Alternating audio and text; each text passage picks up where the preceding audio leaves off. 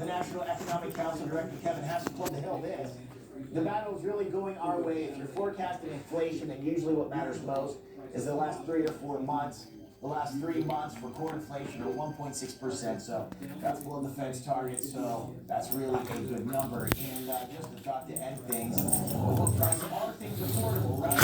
It's different for everyone. Chuck Schumer recently told Politico, costs will be our #1 focus this year as we will stand up for Americans and fight back against Republicans and prices spiking policies, okay?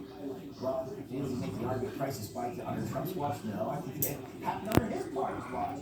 20% cumulative inflation under the Biden era regime, and bigger, much bigger in some sectors. And we're going to talk about that right now. Joining me, the host of the Eat, Drink, Smoke, shows alongside the Chief Economist of the Heritage Foundation, E.J. Antoni, as well as Democrat strategist and former Obama campaign director Robin Byro. Pleasure to have all three of you on. E.J., I'm going to start with you just generally. Okay, Trump says, the victory has started, the ship has turned, and now we're going to see it maybe start to sail, so to speak.